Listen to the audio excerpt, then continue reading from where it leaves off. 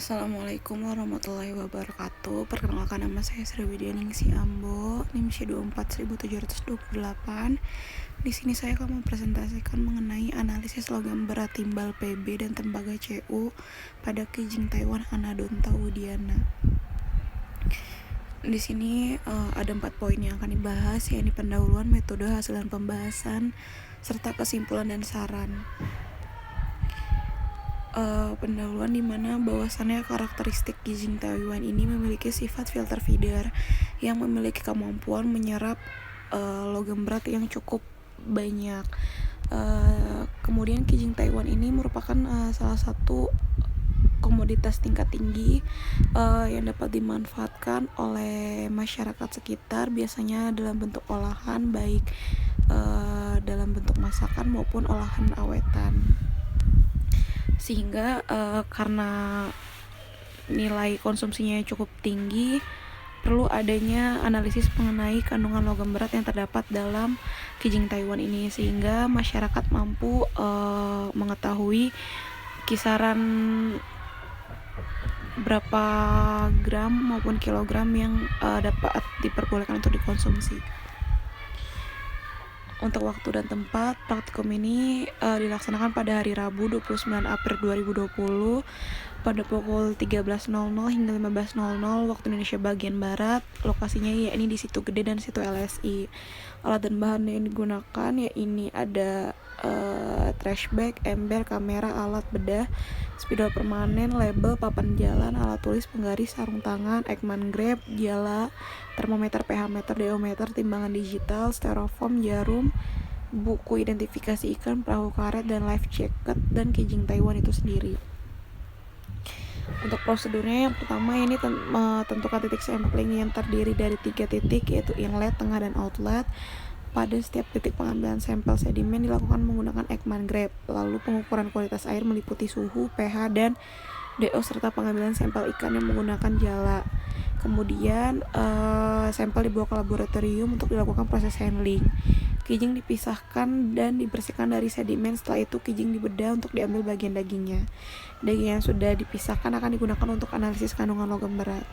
Untuk analisis data ada maximum yield, body content index, soft tissue index, sama maximum weekly intake.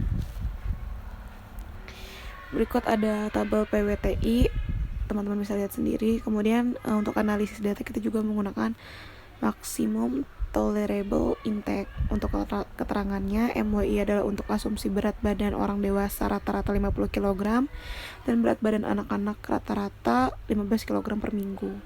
CT, konsentrasi logam berat yang ditemukan pada organisme yang dianalisis.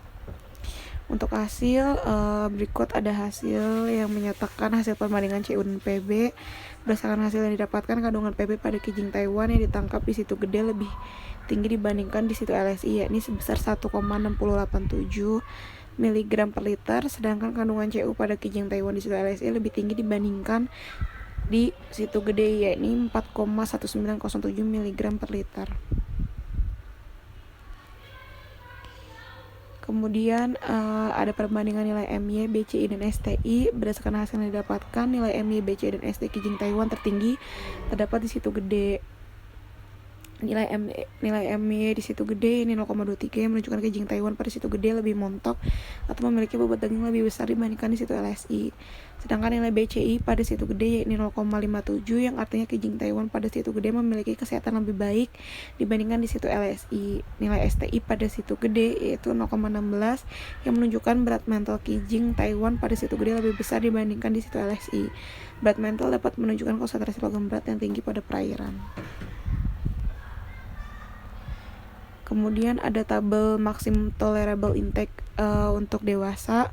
Berdasarkan hasil yang diperoleh menunjukkan dalam kurun waktu 1 minggu, orang dewasa yang diasumsikan dengan bobot badan 50 kg dapat mengkonsumsi Kijing Taiwan dari Situ Gede maksimum 0,770 kg daging per minggu. Sedangkan untuk di Situ LSI yakni 41,7591 kg daging per minggu.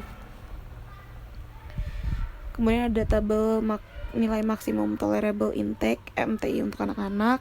Berdasarkan hasil yang didapatkan menunjukkan dalam kurun waktu 1 minggu, anak-anak yang diasumsikan dengan bobot badan 15 kg dapat mengonsumsi kijing Taiwan di situ gede maksimum 0,6033 kg daging per minggu. Sedangkan untuk di situ LSI maksimum yakni 12,5277 kg daging per minggu. Sehingga kesimpulan didapatkan bahwasannya kandungan logam berat timbal PB dan tembaga CU pada kijing Taiwan yang berada di situ gede dan situ LSI melebihi ambang batas. Orang dewasa dapat mengkonsumsi kijing Taiwan dari situ gede maksimum 0,770 kg daging per minggu. Sedangkan di situ LSI maksimum konsumsinya adalah 41,7591 kg daging per minggu. Untuk anak-anak di situ gede maksimum 0,6033 kg daging per minggu. Untuk di situ LSI yakni 12,5277 kg daging per minggu. Berdasarkan nilai MTI dapat diketahui kijing Taiwan dari situ LSI lebih sedikit terpapar logam berat dibandingkan di situ gede. Sarannya perlu dilakukan penelitian lebih lanjut mengenai pengaruh logam berat terhadap biota akuatik lainnya yang berada pada satu rantai makanan yang sama dengan kijing Taiwan. Berikut sekian atas perhatiannya. Mohon maaf bila ada salah kata. Wassalamualaikum warahmatullahi wabarakatuh.